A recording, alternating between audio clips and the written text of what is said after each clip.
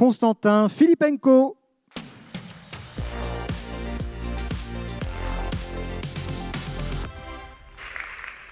Bonjour Constantin, de l'École Polytechnique, Centre de mathématiques appliquées. Titre de votre thèse, Compression bidirectionnelle pour l'apprentissage fédéré hétérogène. Tout à fait. On va en apprendre tout de suite davantage. Est-ce que vous êtes prêt, Constantin? Je suis prêt.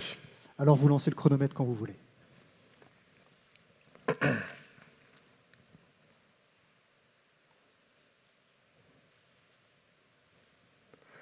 Est-ce que vous savez à quoi pourrait ressembler l'écosystème de l'intelligence artificielle dans le futur? Ne vous inquiétez pas, pas trop. À une ruche. Pour qu'une entreprise entraîne une IA, intelligence artificielle, il lui faut collecter plein de données sur ses serveurs. Ce serait un peu comme si, pour fabriquer du miel, on décidait de couper toutes les fleurs pour en prélever le pollen. Ce serait bête, n'est-ce pas? Avec le développement d'Internet, nous avons pourtant accès à des objets connectés, des téléphones portables, des voitures, des maisons, des hôpitaux. La donnée est distribuée à plein d'endroits différents. Et on veut qu'elle y reste. Vous vous imaginez si Google récoltait tous nos messages WhatsApp? Ce serait scandaleux. Récapitulons. Le miel, c'est l'IA que nous souhaitons de la meilleure qualité possible. La ruche, c'est l'entreprise qui souhaite développer cette IA. Les fleurs, oh les jolies petites fleurs, ce sont les données qui ont été générées sur des machines, nos téléphones portables dans ce cas. Et les abeilles représentent la connexion Wi-Fi pour se connecter à la ruche.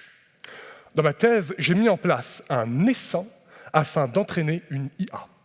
Les abeilles vont butiner les fleurs pour en dériver une information pertinente, le pollen. C'est plus écolo de butiner, non? Hélas, dans la vie, c'est moins écolo, car cet essaim qui représente les communications entre les machines entraîne un coût de communication, et donc d'électricité, et donc augmente l'empreinte carbone de l'IA, et donc pollue davantage, et donc, peut-être, tue des abeilles, les vraies. Comment faire pour que les abeilles informatiques ne tuent pas nos abeilles terrestres? La solution que j'ai proposée dans ma thèse consiste à compresser les informations échangées entre les machines. Les abeilles, au lieu de prélever la totalité du pollen, n'en prennent qu'une partie seulement, 1% par exemple. Or, j'ai constaté que toutes les techniques de compression ne sont pas équivalentes, ni adaptées au même type de fleurs. Dans le cas de mes travaux, à l'aide d'un crayon et d'un papier, si.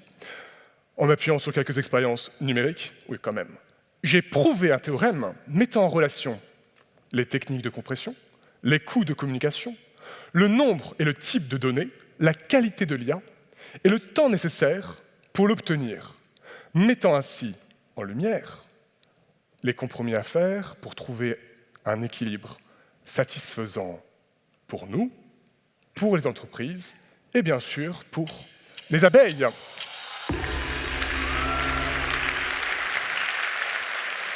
Merci à vous, Constantin Filipenko.